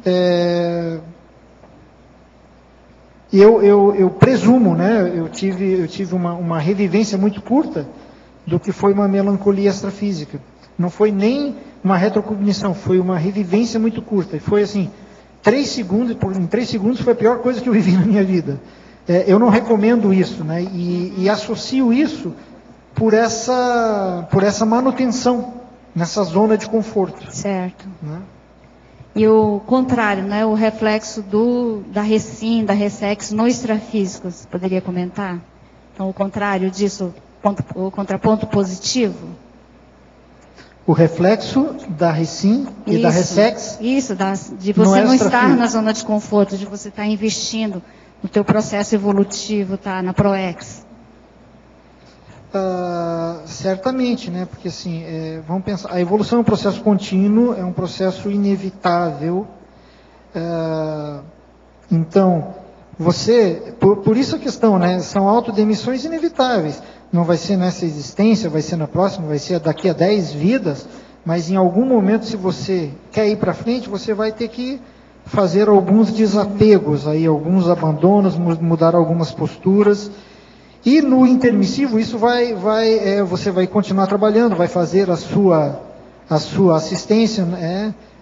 O professor trouxe essa neo-verpon da intermissiologia, e agora, por exemplo, as nossas reciclagens agora vão nos qualificar para ter um melhor sucesso nesse outro momento, né? Que é no extrafísico também.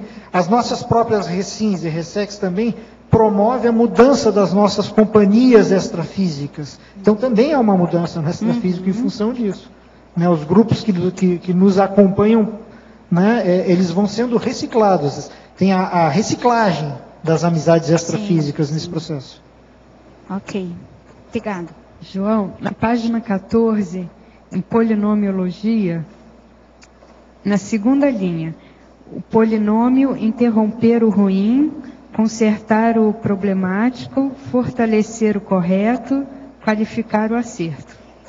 Poderia falar um pouco? Isso assim, quando eu estava construindo o verbete, eu pensei, poxa, isso é um princípio orientador constante, né? Então, o tempo todo a gente tem que estar fazendo essa autocrítica, recebendo as críticas, fazendo essa avaliação, né? E aquilo que estiver ruim, a gente usa o princípio da distribuição cosmoética, né? Aquilo que não presta mesmo, não adianta fazer maquilagem, né? Então, interromper o ruim, consertar o problemático, quer dizer, buscar melhorar, aquilo que já está bom, vamos melhorar ainda, né? Dentro do princípio da economia de bens, dos bens o maior, né? Qualificar o acerto. Então, é sempre melhorando, sempre buscando melhorar. João. Oi. Olá, Fabiana. Olá. Na página 17, você poderia, por favor, explicar aqui na bibliografia específica, você trouxe 3 livros. Isso. O primeiro e o segundo, eu queria que você estabelecesse a relação deles com o teu verbete.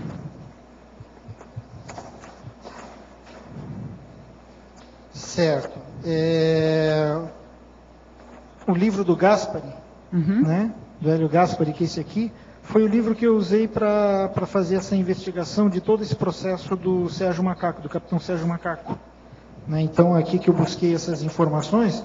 Então, está aqui para quem quiser ver o processo, como se deu, as pressões que ele sofreu, a perseguição que ele teve, como ele encaminhou tudo isso. Né? Então, os primeiros. Bom, o livro do professor Marcelo da Luz é uma coisa impressionante, tanto que eu coloquei aqui na exemplologia, eu coloquei como uma autodemissão inevitável máxima. Porque, assim, a maxidissidência dele não foi simplesmente em abandonar a vida religiosa monástica.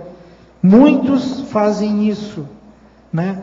Mas, assim, ele desvendou o processo, ele tirou a cobertura, ele descobriu o processo, ele desmascarou todo o processo religioso com um eruditismo impressionante, onde ele foi buscar todas as informações, colocando a raiz histórica de todo esse processo. E o que mais me chama a atenção, ele fez isso sem rancor. Ele fez sem rancor, sem mágoa, ele fez para assistir. Então ele não fez com raiva isso, não tem uma gota destilada de raiva nesse livro aqui. Então isso é o que mais me chamou a atenção, depois de tudo que ele viveu, depois de tudo que ele passou, né? E o rompimento que ele fez tarístico. O capitão Sérgio Macaco, muita gente já não sabe quem é, e daqui a 500 anos ninguém vai saber.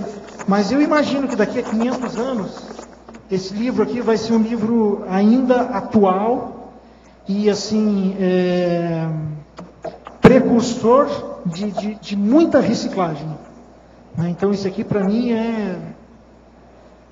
eu li recentemente e fiquei impressionado com o livro, assim, recomendo. Até eu comecei a ler, parei, e depois, gente, por que eu não continuei isso?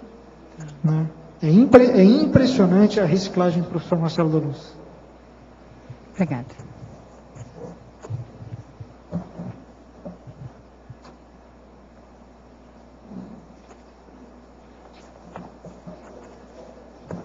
Então, ainda ao caso do Sérgio, aí, eu estava confundindo porque lá no Rio Grande do Sul, na época da legalidade, houve um caso semelhante em que, lá na base aérea de Canoas, parece que ordenaram que fosse atacado Palácio Piratini. E alguns comandantes, um comandante lá dos aviões, parece que até eles colocaram areia nos aviões para eles não funcionarem, para não permitir. Eu acho que foi também uma atitude corajosa, uma autodemissão. Certamente, né? Certamente. Por isso que eu estava confundindo que esse Sérgio seria aquele de atacar. O Parazar, ele até participou da repressão, mas não sob o comando do capitão Sérgio Macaco. Né? Sim. Ele foi tirado, era uma peça que precisava ser excluída para que aquele aparato pudesse ser usado pró-governo militar, pró-ditadura militar. Esse comandante acho que também sofreu uma série de represálias com relação à sua atitude corajosa de dizer não ao ataque lá na época. Ele boicotou e colocou areia, né? O Sérgio Macaco falou não na frente do brigadeiro lá. Né? Oi, João. Você podia falar um pouquinho dessa última técnica que você disse aqui? Passo a passo, parte a parte, sempre. Fala um pouquinho como é que você usa isso. Isso, ok. Assim, há pouco tempo alguém perguntou como é que dá para aplicar isso para multidões, né? Eu não vejo dessa forma, assim. Eu vejo, puxa vida, eu não tenho estofo para algumas coisas, mas eu tenho estofo para outras. Então, vamos por onde eu posso ir. Né? Vou tentar melhorar, vou tentar qualificar, vou tentar corrigir os erros, né? Mas passo a passo. Uma conquista é um êxito menor para depois um êxito maior. Então, passo a passo, parte a parte, não desanimar, a perseverança. É o continuismo e a perseverança. Eu imagino, assim, pelo que eu sinto, eu imagino que eu estou nessa relação recebimento e distribuição, eu ainda estou muito devedor. Mas eu estou aí, né, vou passo a passo, parte a parte, sempre quero retribuir tudo que eu tenho recebido. Então, é poder fazer o domínio bioenergético, né? Passo a passo, parte a parte, sempre. Projetabilidade, aplicação de técnica, passo a passo, parte a parte, sempre. TARES, passo a passo, não dá para dizer tudo. O professor Valdo, comigo, faz muito isso, né? Então, ele segura, ele vai, não, isso aqui vai deixar melindrado, isso aqui eu não vou dizer, né? Então, passo a passo, vai. Então, essa questão da medição, do medidor, né? João, aqui no página 15, gostei muito da taxologia. Por favor, você podia ampliar? Eu queria entender melhor a número 5. A número 5, posso sim, certo. Autodemissão inevitável reprogramada. O adiamento necessário de desapego inevitável, decorrente do surgimento de condição imprevista ou acerto evolutivo promovido pelos amparadores, visando melhor ajuste das recomposições grupo-kármicas do intermissivista. Bom, essa condição eu trouxe pela fatuística pessoal. O que aconteceu? Em 2005, eu retornei a fazer, depois de 10 anos de afastamento, eu retornei a fazer os cursos da Conscienciologia. E já em 2006 eu fiz a minha programação de que 3 anos após, no início de 2009, eu estaria em Foz do Iguaçu. Comecei a fazer a minha programação financeira para isso, estudar e ver as coisas, encaminhar lá no consultório, encaminhar com a família, comecei a fazer uma programação. O que aconteceu? Ao final de 2007, 2008, houve uma sequência de sincronicidades, que uma das últimas foi eu conhecer a minha atual duplista. Mas, nessas sincronicidades, eu acabei assumindo a coordenação do IPC em Florianópolis e me comprometi a ficar lá por 2 anos. E isso daria em 2010. Eu ia atrasar em 1 ano a minha vinda para cá. No entanto, eu compreendi que era o melhor encaminhamento, a melhor orientação e que havia amparo nesse processo. Isso ficou muito claro para mim. Imediatamente após esse posicionamento de assumir a coordenação lá, eu conheci minha duplista aqui. O que aconteceu? Eu fiquei lá 1 ano mais. No entanto, a cada 15 dias eu estava aqui em Foz. Então, da mesma forma que me seguraram lá 1 ano mais, me amarraram aqui. Né? Positivamente. Não, me amarraram positivamente. Positivamente. Estou muito feliz com esse arranjo dos amparadores. Muito feliz, foi muito positivo. Né? Mas então ali eu tive que reprogramar, eu tive que ver, eu tive que fazer uma mudança de uma programação, né? Em função dessas recomposições. Eu vi que era necessário, era uma etapa que deveria ter sido cumprida há muito tempo atrás, mas em função da minha mini dissidência, É uma etapa que eu acabei pulando e tive que voltar. É um pedágio positivo, né? Onde eu tive que reprogramar. É muito boa mesmo a taxologia, a gente se vê nessas etapas. Obrigado.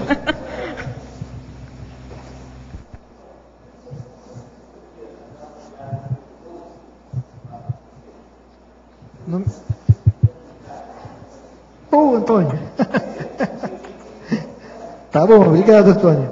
Pusilanimidade. Acovardar-se através de parábolas, do uso de, tinha faltado de ali, né?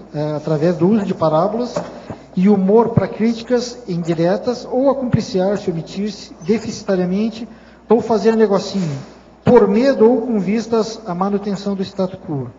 Vantagens indevidas ou interesses anticosmoéticos. Muitas vezes, eu identifico, eu fiz isso, né? Muitas vezes eu deixei de dizer o que era para ser dito, porque o cara é amigo, porque ia ficar bravo, porque não ia querer falar, porque... E aí a gente acaba se acompliciando. Então, essa é uma atitude que não cabe ao intermissivista. Esse acovardamento não cabe, não é anacrônico, né? Ele vai no contrafluxo do que se quer fazer. Ou fazer um negocinho. Eu, por exemplo, eu na minha mini dissidência, que durou 10 anos, né? Aquilo foi o negocinho mais vergonhoso que eu acho que eu posso ter feito, né? Mas foi negocinho. Assim, à medida que eu vi, não, eu sei que eu devo retornar, não devo, se eu deixar passar dos 40, eu vou deixar tudo a perder. Foi negocinho, né? Então, isso aqui é da minha experiência, isso aqui, né? Então, isso não tinha como deixar de botar aqui. Tem algo que eu não coloquei aqui, eu quero até acrescentar.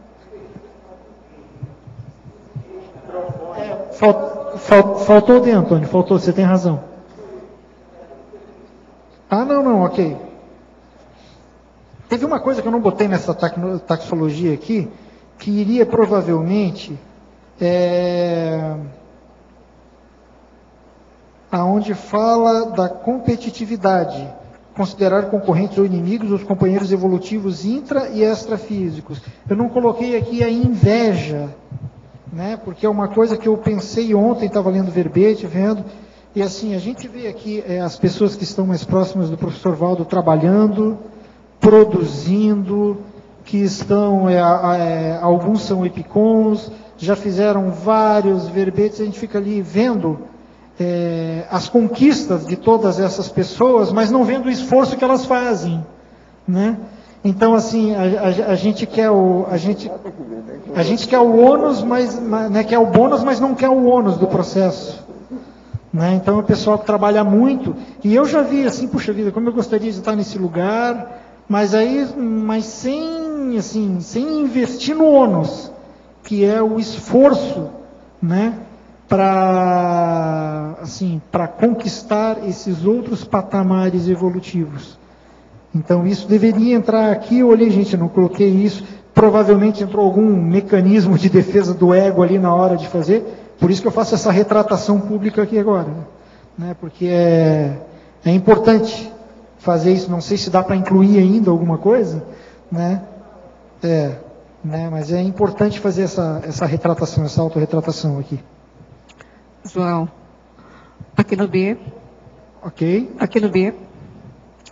Página 14, paradoxologia, a segunda linha. O paradoxo da opção irrefletida de poupar esforços evolutivos hoje, multiplicar os esforços exigidos para os mesmos feitos no futuro. Pode comentar? Posso comentar com exemplos, né? Com exemplos bem vivenciados por mim, assim. Quando eu conheci a Conscienciologia em 1991, eu tinha uma projetabilidade, fácil. Assim, era fácil, bastava eu relaxar, aquela coisa que alguém falou de esquecer do corpo, para poder sair com lucidez. É uma condição que eu perdi. Hoje eu tento recuperar isso, eu vou dizer, olha, dá um trabalho danado.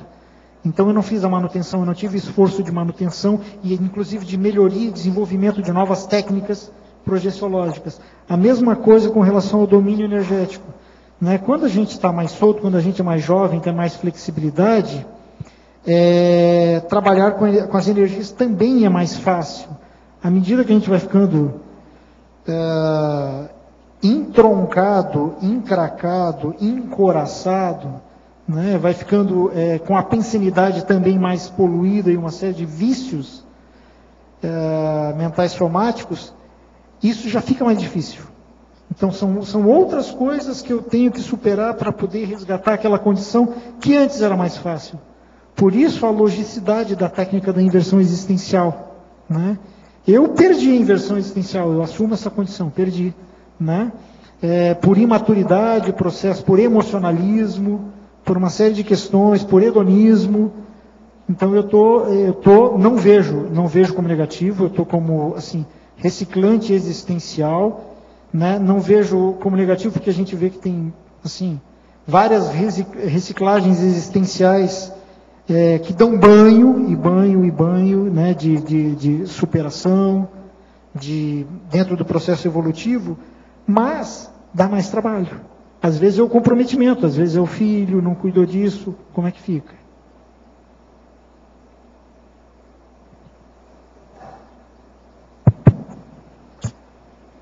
Aqui no DAC, na página 5, o senhor pode comentar o item 1?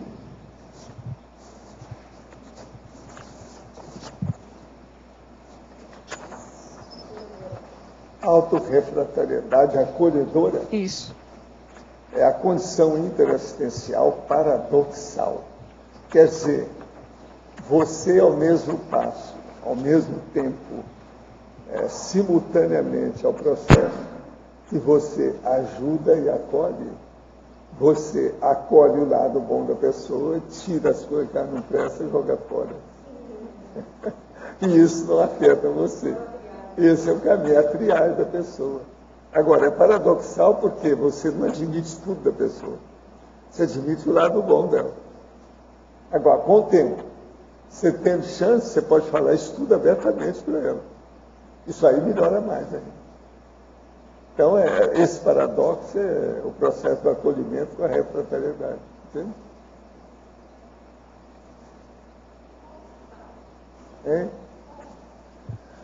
Eu acho que aqui, o que eu uso mais é minhas técnicas parapsíquicas, né, de parapercepção.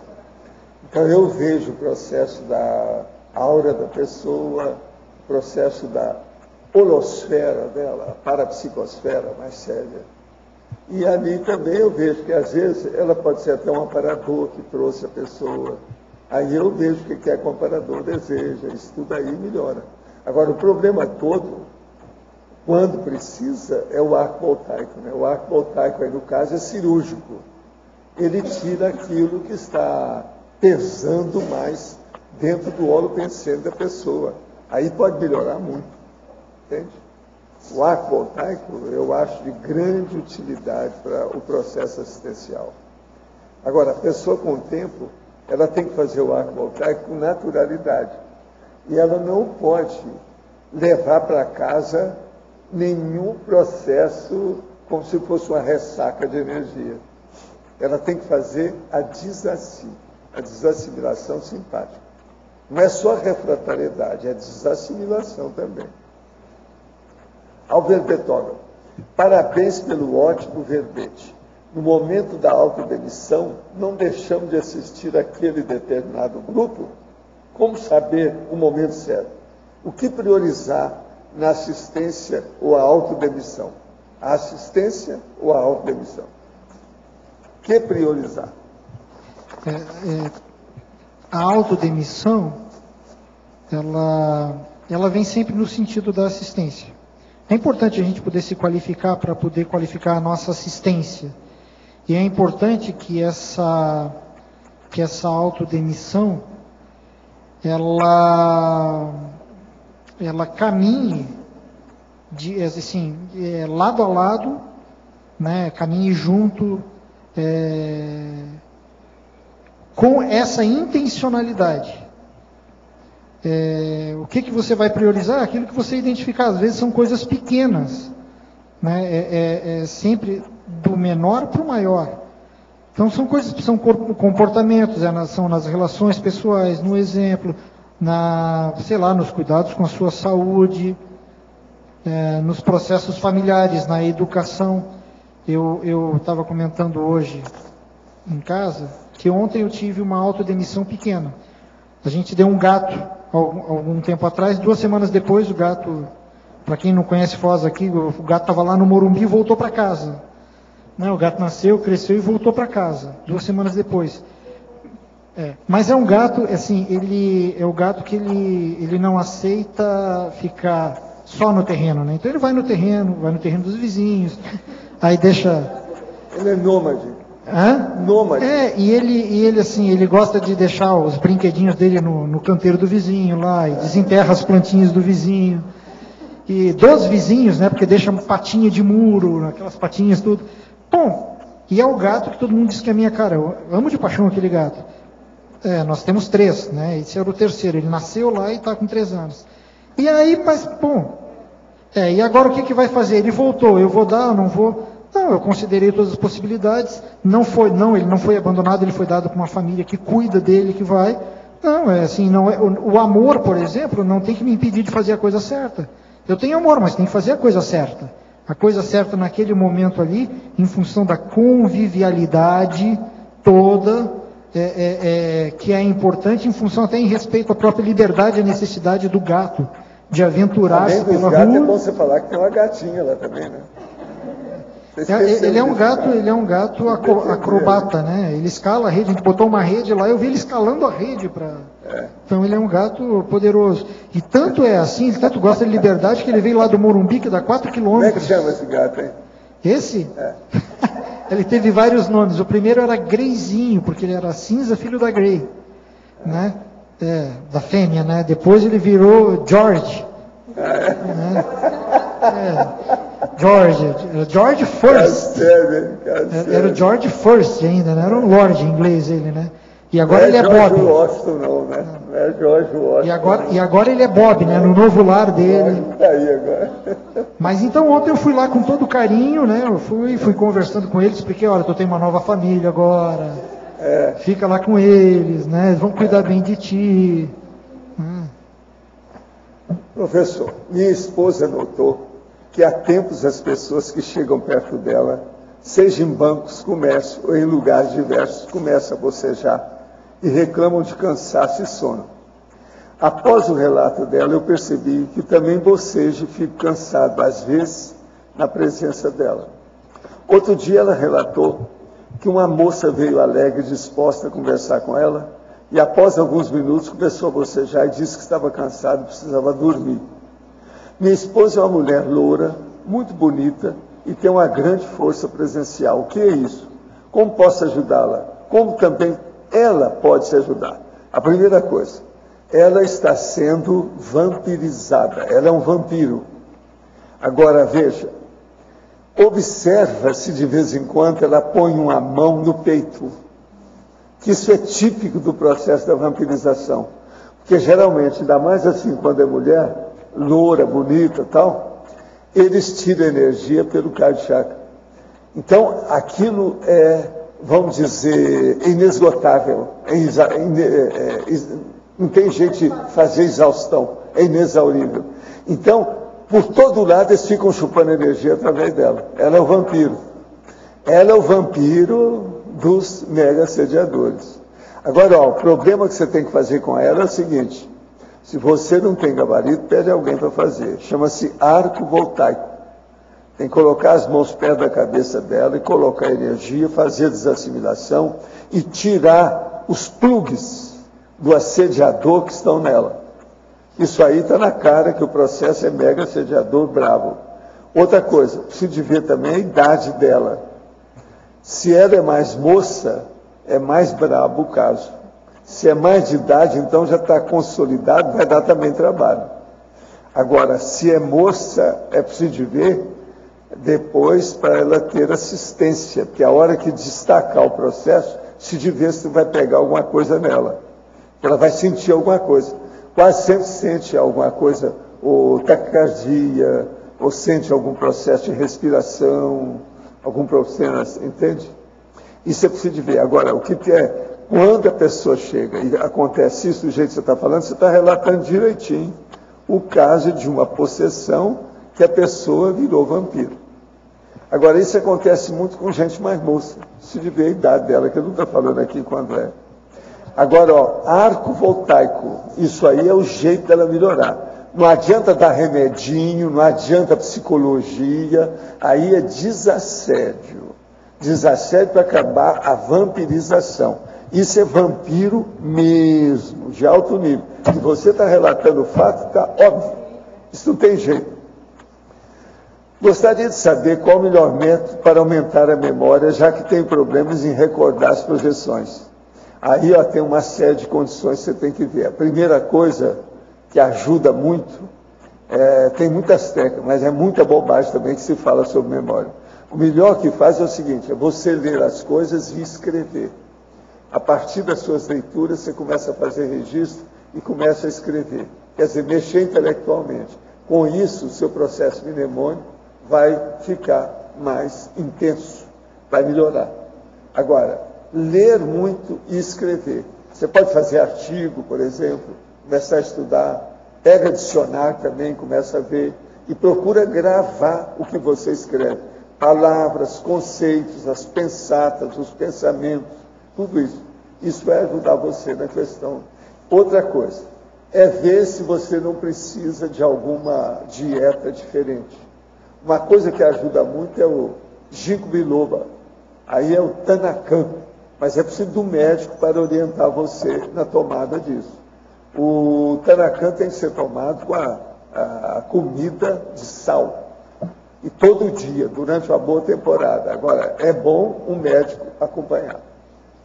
Se você está tomando outros remédios, o tanakan, às vezes, ele vai anular o efeito daqueles outros remédios, é a comorbidade do processo farmacológico. É preciso olhar, então, o médico.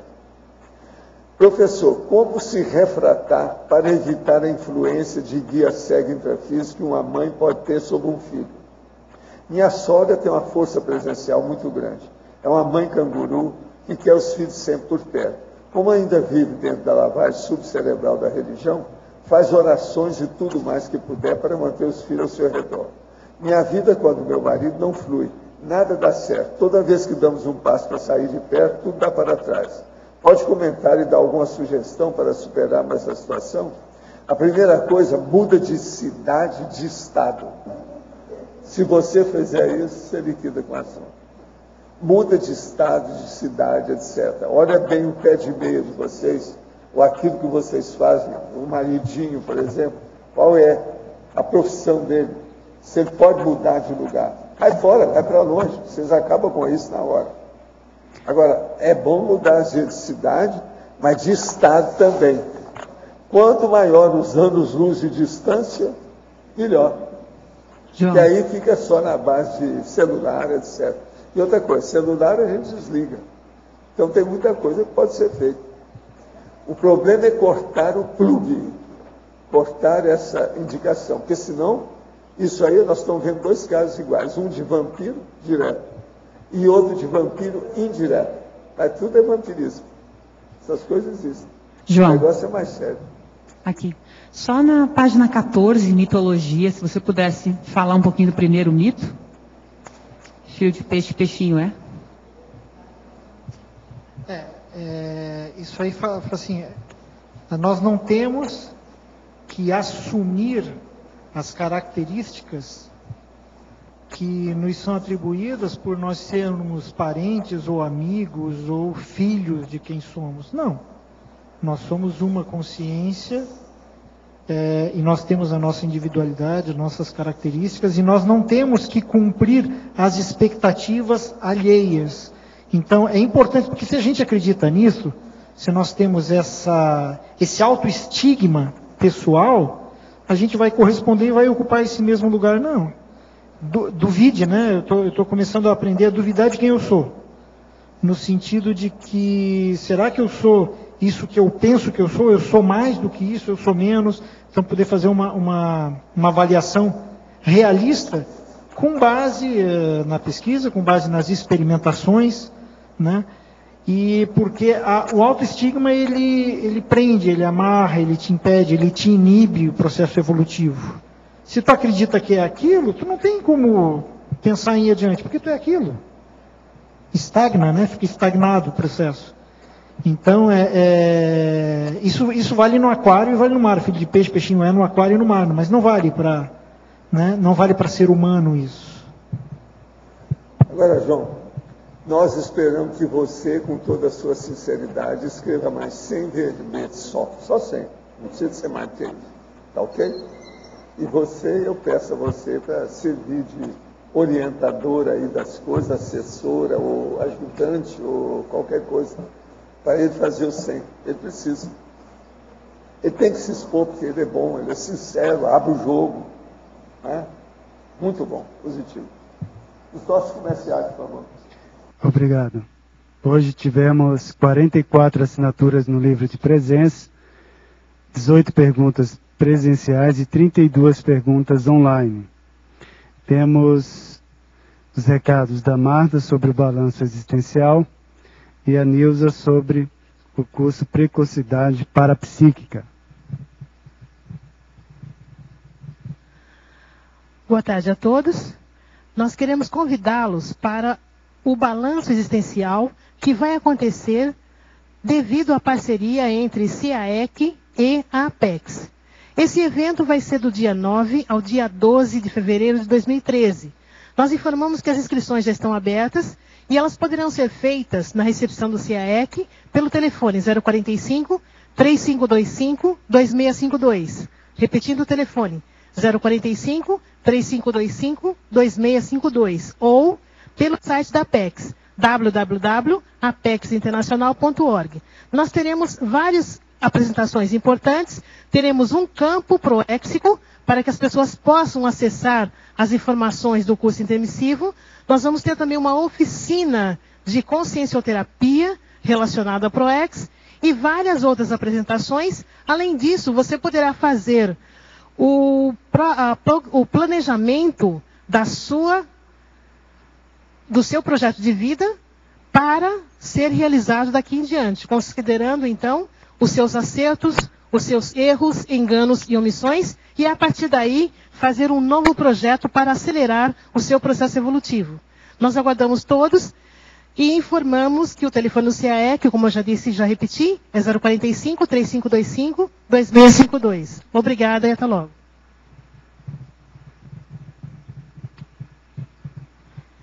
Boa tarde a todos. A CIP convida os tertulianos e os telestertulianos para o curso Precocidade Parapsíquica, que será realizado nos dias 5 e 6 de janeiro de 2013, em Foz do Iguaçu, com a professora Carla Juliane.